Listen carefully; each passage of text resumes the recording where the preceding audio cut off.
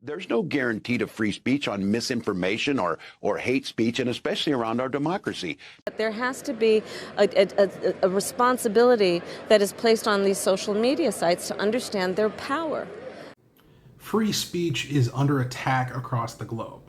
Whether it's France arresting the founder of the encrypted messaging app Telegram, or the criminalization of social media posts in Britain, or most recently, the outright shutdown of X by the authoritarian regime in Brazil. But free speech is also under attack here at home in the United States.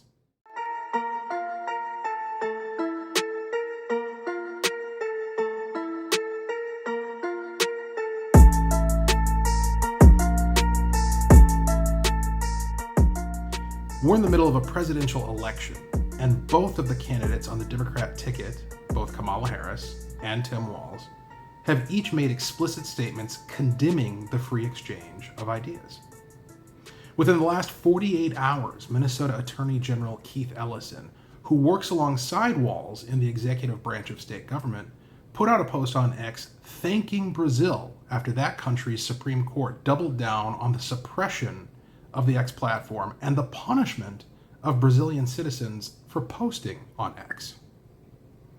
It's worth noting that there has been, at the time of this recording, zero local media coverage of Ellison's post. Aside from a few mentions in conservative media sources, the only local mainstream outlet to cover the story is a CBS affiliate in Idaho. There's nothing from any Minnesota media and nearly nothing from any mainstream sources nationally.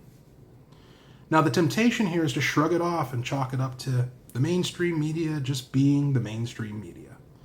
We've gotten so used to them being partisan hacks who carry water for the Democrat Party that it can be tempting to dismiss or overlook an incident like this. But we can't afford to overlook it.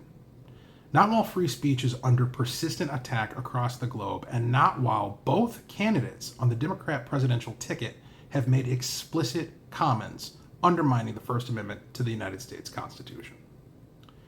Here's Kamala Harris telling us that free speech needs oversight and regulation, and that free expression, quote, needs to stop.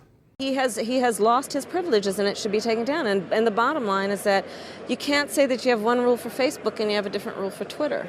The same rule has to apply, which is that there has to be a responsibility that is placed on these social media sites to understand their power. They are directly speaking to millions and millions of people without any level of oversight or regulation. And that has to stop. And here's her running mate, Tim Walz, telling us that there's no guarantee of free speech covering whatever he defines as misinformation. I think we need to push back on this. There's no guarantee to free speech on misinformation or hate speech, and especially around our democracy. When you couple these statements and the actions which have been taken in alignment with these statements, like Tim Walz creating a database to track non-criminal incidents of bias in his Human Rights Department, we should be deeply concerned about Minnesota Attorney General Keith Ellison thanking a foreign country for shutting down a social media platform. Of all the issues relevant to an election, free speech warrants the highest consideration. We can't claim on the one hand to value democracy and inclusion and diversity, while on the other hand tolerating public trustees attacking the freedom of expression. At the root of all these values, which so many of us claim to hold sacred, is the right of an individual to express themselves as one of the people. That right is enshrined in both the First Amendment to the United States Constitution and in Article 1 of the Minnesota State Constitution, documents which both Tim Walz and Keith Ellison have sworn oaths to uphold.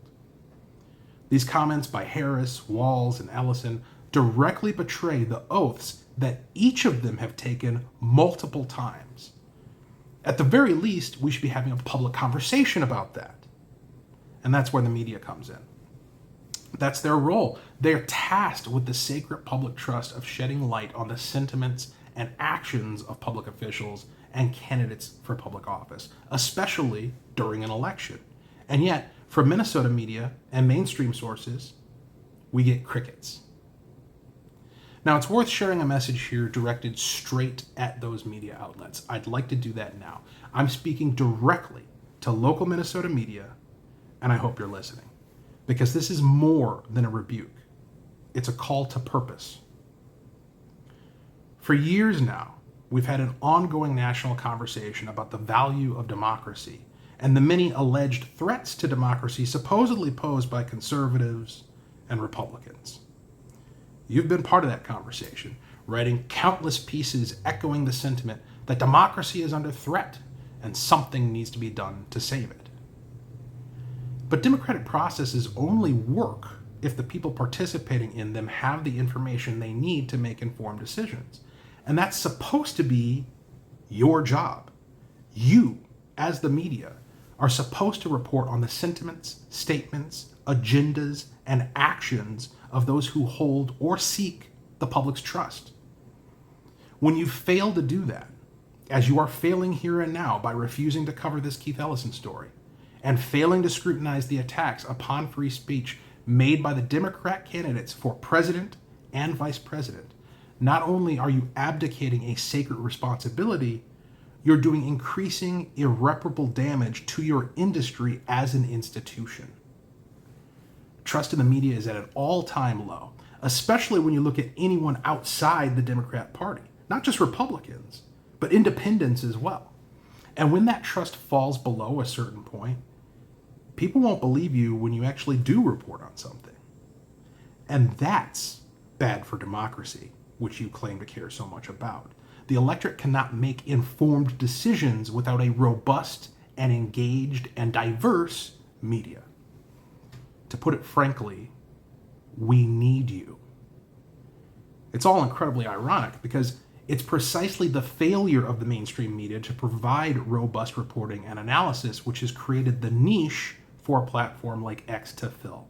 Alternative media has risen because people need that alternative, and that need was created by you.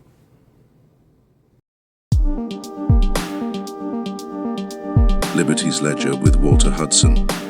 Like, share, and subscribe to show your support. Follow Walter on X at Walter Hudson.